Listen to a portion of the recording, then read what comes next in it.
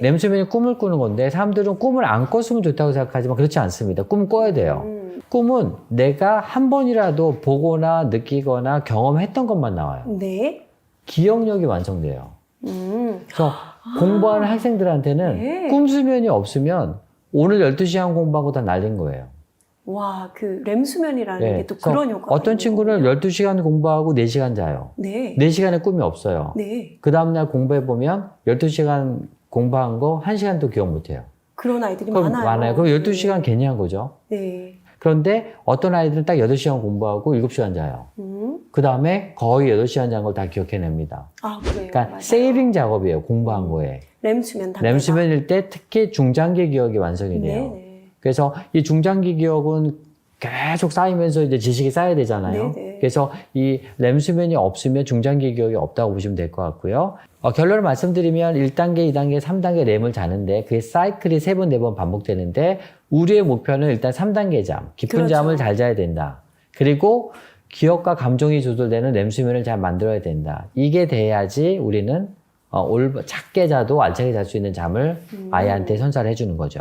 우리가 자기가 잤던 잠이 1시간만 못 자도 뇌 기능이 30%가 떨어지거든요. 30%나요? 네, 그러니까 네. 자기 리듬의 그 시험 전날 1~2시간을 못 자면 이제 걔는 뇌 기능이 50% 이상 다운된 상태에서 시험을 보기 때문에 알고 있는 문제 틀렸어. 뭐 이것도 실수야. 그래서 원래 공부를 잘하던 아이가 큰 시험일 때 많이 성적이 안 좋은 아이들을 보면 수면 패턴을 한번 여쭤보시면 될 것 같아요. 와, 네. 얘가 평소 잤던 거는 얘가 뭐 6시간을 자는데 꼭 시험 전날은 얘가 유독 긴장해서 잠을 못 잔다면 네. 일단은 수면장애를 의심을 해봐야 된다. 우와. 얘한테 수면만 조절해줘도 원래 자기 패턴에 공부를 할 수가 있는 거죠. 정말 수면 예. 너무 중요한데요. 네. 제가 질문을 좀 드려보겠습니다. 네네네. 이제 이때 시험은 아이들한테 되게 민감한 거예요. 네. 그러다 보니까 아이들이 잠을 안 자려고 카페인 음료라든지 에너지 드링크죠. 소위 말해서 그런 것들 아니면 커피를 굉장히 다량 섭취를 하는데요. 이거에 대해서는 어떻게 보세요? 일단은 당장은 효과를 보지만 그게 계속 먹게 되면 수면 리듬을 깨뜨리게 되죠. 그거 너무 당연한 얘기네요. 예. 오늘 들어보니. 그래서 그 커피가 사람에 다르지만 10시간에서 12시간 가거든요. 효과가요? 효과가. 네. 그래서 커피를 밤에 먹으면 자기는 잘 때 영향을 안 준다고 생각하는 아이도 있지만 뇌파는 완전히 달라요. 네. 그러니까 또 그 다음날 먹어야 돼요. 그렇죠. 그렇죠. 피곤하니까. 네. 그래서 꼭 먹으려면 12시간 정도 생각해서 12시에 잔다고 그러면 오전 12시 전까지만 먹어야죠.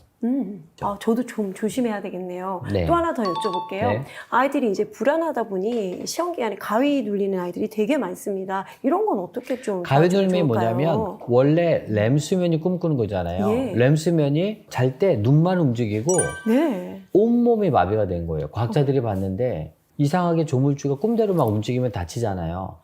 그러니까 눈만 움직이고 딱 마비가 생긴 거예요. 그다음에 방어 시스템이네요, 일종의. 그래서 그죠? 꿈이 끝나잖아요. 몸도 같이 풀려요. 아, 네. 그러니까 나는 마비가 된지 몰라요. 그렇죠. 그런데 가위 눌림은 뭐냐면 나는 꿈에서 깼는데 마비는 안 풀린 거예요. 딱 그거네요. 그러니까 가위 계속 눌리는 가위. 네. 움직여지지가 않는 거예요. 네. 쭉 렘수면에 문제가 있는 애죠. 렘수면이 분열된 아이예요. 그렇죠. 그러니까 안 자고 깨지 않아야 되는데. 근데 렘수면이 뭐 한다고 그랬죠? 기억력. 기억력하고 감정 조절. 네.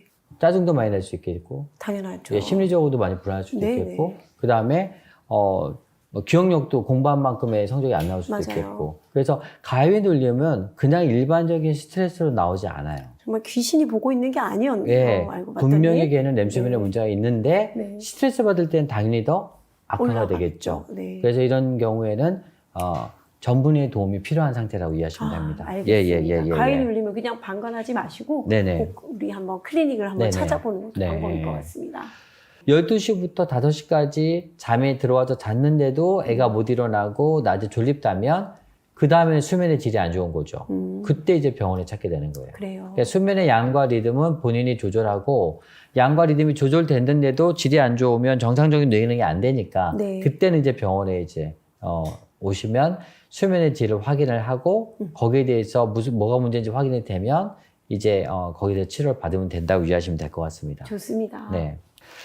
그래서 이제 제가 수면의 양과 리듬을 말씀드렸고요. 이제 수면의 질. 근데 너무 아이들이 중요한 수면의 질이 안 좋은 거를 어떻게 어머님이 이제 체크를 하고 그걸 확인을 하는지에 대해 설명을 드릴게요. 일단은 우리 아이가 자는 자세가 똑바로 자고 입을 다물고 잔다. 딱 들어가 봤는데 그러면 얘는 수면의 질이 좋을 가능성이 높아요. 아, 그런데 네. 옆으로 딱 갔는데 옆으로 자는 게 많다. 그럼 얘는 수면의 질이 50%밖에 안 돼요. 입을 벌리고 잔다. 옆으로 자면 거의 입을 벌려요. 네. 네, 그 다음에 가니까 엎드려 잔다. 얘는 100% 환자예요. 저희 집에 환자 하나 있는 것 같습니다. 얘는 그냥 네. 환자예요. 그냥. 네, 데리고 가야 되겠는데요? 엎드리면 네. 척추가 어때요? 이미 휘어지죠. 휘어져 있죠. 그리고 네. 심장이 다이렉트하게 눌려요. 와. 그러니까 엎드려 자는 거는 수면의 질뿐만 아니라 오히려 위험할 수도 있는 자세예요. 네. 그렇기 때문에 나는 엎드려 잘 수밖에 없는 사람이 있어요. 똑바로가 안 되는 사람, 네네, 옆으로도. 있어요. 예, 그러면 이제 그거는 이제 빨리 이제 병원에 와야 되고요. 그 아이는 수면의 질은 무조건 안 좋다고 생각하시면 돼요.